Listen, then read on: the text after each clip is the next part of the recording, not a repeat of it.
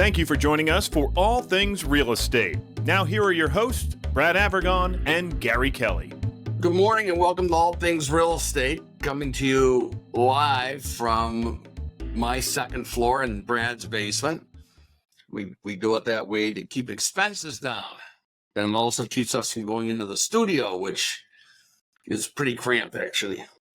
Brad, how are you? I'm well, Gary. How are you? I'm great. We're recording this on April 9th, which I know the radio station hates us to mention, but that's when we're recording it. It's my son's birthday, so I'm proud of that. He hits a milestone birthday today. He won't want me telling anyone, so if you see him, tell him happy 40th. So, Brad, one of the things that I wanted to talk about, by the way, you're with Fairway Still Independent Mortgage. Still Independent Mortgage for Brad Avergon with Fairway Independent Mortgage. And Gary, who are you with? I'm with Castanetti Realty Group. There you go. Love it. So one of the things that I wanted to do a rant on, and those of you that follow me pretty regularly know, I write an article in the Community Advocate that then goes into being this show. And Brad reviews the article before it's published, etc. So it's not like he's seeing it for the first time. But the question that I have is, when's it time to sell a vacant house? And I want to give three specific examples. We're aware and have been asked to look at a ranch that is in a Metro West town that was the mother's house. And the mother has passed away, no longer needs it. Passed away a couple of years ago. And the home's been vacant since. What do you do with it? And in this particular case, the owner wants to sell it, wants to maximize the sale, but also at that point wants to do all kinds of renovations. At least it's my view that doing all those renovations is going to take it out of reach for many buyers. It's an ideal first-time buyer house. The other thing that I would share, and it's a personal share, is that it is going into my parents' house back in 1960. It is absolutely preserved. They've got the new tone radio that goes through the house, every room. That thing still works. You know, all these years later, you can't, I'm going to say you can't kill it. You can kill them, but phenomenal that the thing still works. We then go and we're asked to look at a woman that's got 6 homes, 2-3 families on one lot out in Worcester. And we're going through the building. Actually, there were 2 buildings. We went through one. And the building we went through, it was fine. Only she was painting it. Now, when I say she's painting it, there's the picture of the 70-year-old lady going up every day, spending a couple of hours painting it. And what we're saying to her is, why are you doing that? And she's asking us what our color recommendations are. My color recommendation for a multifamily is you pick one color palette for the building and you get out of the way and let the painters do it. And we said, Sue loves to be the expert on paint colors. 95% of the time she uses Revere Pewter and Dove White, both Benjamin Moore colors. But they go together nicely, and they're, you know, it's common. It's a pleasant palette. It's starting to get a little out of date, but yeah, that's my opinion. But this woman has this building that if she spent a couple $1,000s having it painted by painters, she could start to get income from it. Instead, every day she goes out and she goes up and she paints, you know, part of a wall in one of the bedrooms. And then the last one is a place that's on Golden Pond. It's a 1 bed, maybe 2 bed with 1 bath on a small lake. It was bought 2 years ago. By the intent of the owner was to use it to get away from his job. He works in a town. This was 2 towns over. It was his getaway place after work. And Frankly, once he bought it, he's never returned. 2 years. And one of my observations is, as you look at these homes, vacant homes often grow mold. Vacant homes don't get better. They deteriorate. And so this is a case where the guy didn't winterize it, and there was a frozen pipe. You found all over the place. And so you have flooring that has buckled. And so you're going to do a repair there. So my experience is buildings don't fall into disrepair. They don't fall into repair, I should say. They fall into disrepair. So, Brad, I've been rambling here for a few minutes. What are your thoughts? Well, that's the show. We're over now, Gary.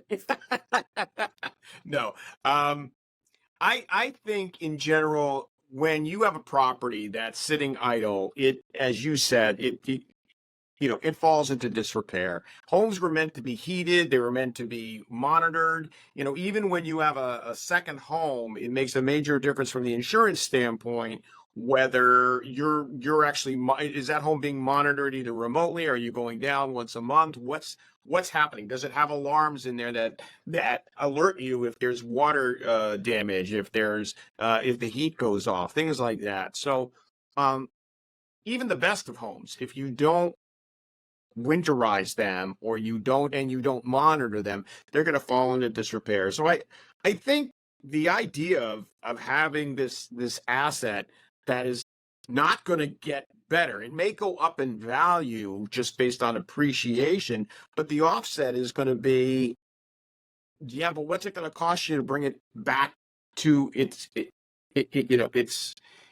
to the point that you could sell it and for a good market value.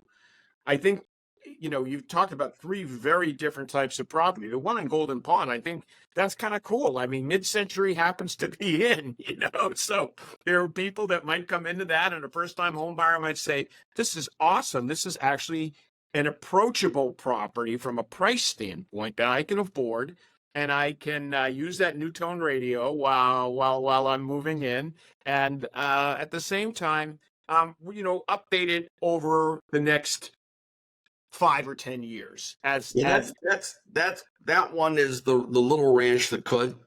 Yeah. And I believe that what you're laying out is absolutely what that guy should do. Sell it as is and let the buyer fix it up. The property that's on Golden Pond is, and I don't want to put words in a buyer's mouth, right?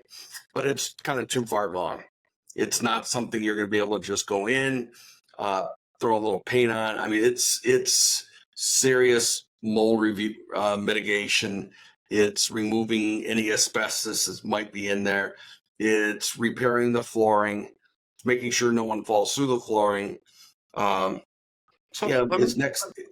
I want to pause there because I want to draw a distinction between those two properties, both which may be approachable for first-time home buyers, but in very different ways. So the one on Golden, the Little Ranch that could, right? That is a good property for somebody who wants to get in, because an appraiser, a lender, is not going to necessarily flag that property as having issues. So say, yes, the heat works, the electricity works, the water works. We can move in. A buyer can do over time. They can do those improvements themselves if they're handy, or hire a contractor as their income and their assets permit. So that will go through underwriting. On the opposite scale is this property that will not pass underwriting grade. It will not. You can't walk in there and go, hey, I'm a handy guy. I'm a handy person. I should take that. I'm a handy person. I'll just fix this up on my own. That's not going to fly in the land of mortgages. So that property needs one of two things to happen. Either A, it goes to a contractor like you're talking about, who has the skill set, buys it oftentimes either through a commercial line of credit or cash. They buy it, they gut it. Maybe they drop the house. Maybe they just take it right down and they build a new house and they sell it for big bucks. Because when a contractor comes in, they want to make markup. Or if a buyer wants to buy that, they need what's called a rehab loan, which is where they buy the property as it is, subject to completion for plans and specs in advance. So they need to bring a contractor in. They need to figure out what they're going to be able to do to make it to meet current code, right? Current building code, make sure it's safe. So all of that stuff has to be brought into it. Septic, everything. So it can be expensive, but there are programs that allow people to do that. In both cases, those properties, I think, need to be sold.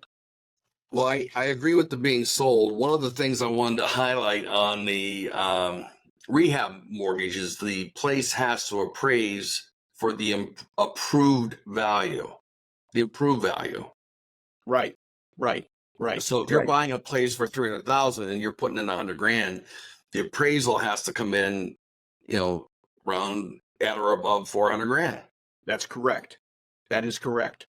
And that's not always easy. The challenge with a lot of rehab loans these days is the cost to bring the property up to today's building code standards is expensive. The cost of materials, the cost of labor, all of it. And so that has to be looked at and evaluated. And sometimes that can make a property challenging. That's why I think, we were talking about a property is not going to get better. The sooner that person sells that property, the better off they are. So, Brad, I'm going to cut you off there. I'm going to go off and pay some bills of our own, and then we'll come back and we'll continue the conversation. Sounds like a plan, Gary. See you on the flip side. Stay tuned. More All Things Real Estate coming right up.